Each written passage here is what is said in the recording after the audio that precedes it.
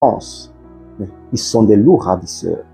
Et nous voyons dans la société des églises, des panoplies d'églises qui enseignent des gains sordides, du matérialisme à beaucoup de fidèles qui ne sont pas éclairés.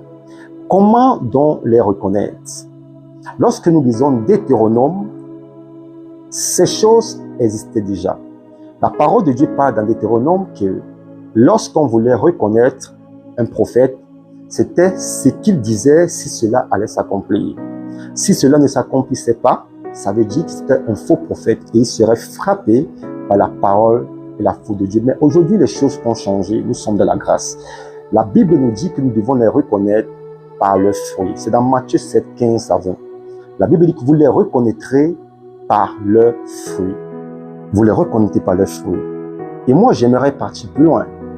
Comment reconnaître des faux hommes de Dieu, frères et sœurs?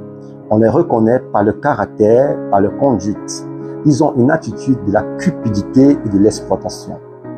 Lorsque nous essayons d'énoncer certains faits de la société, beaucoup d'hommes se présentent et disent que nous voulons calomnier ces hommes. Non. Nous vivons des temps où les vrais a pris une ascension excessivement très grave. Et ne pas le dénoncer, c'est le concevoir. La Bible dit que nous devons établir la parole de Dieu sur la justice. Nous sommes un royaume, et un royaume est établi sur une justice et sur l'équité. La justice a le droit et a des lois. Et la loi est de dire ce qui est vrai, utile et parfait. Ici, nous voyons des hommes qui sont des cupides. Il y a une cupidité et une exploitation. C'est là que vous devez reconnaître certains hommes. La cupidité, c'est l'amour intense de l'argent. Le désir de pouvoir posséder toujours les choses matérielles. Le désir d'avoir les choses qui sont vaniteuses.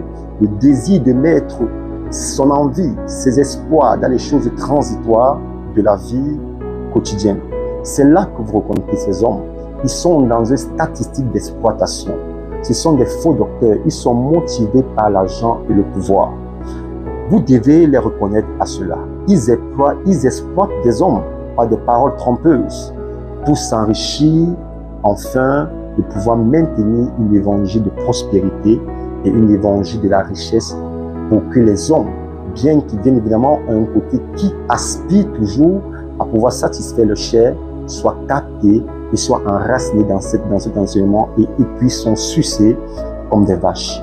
Mais, comme le Seigneur a dit, nous sommes la lumière du monde.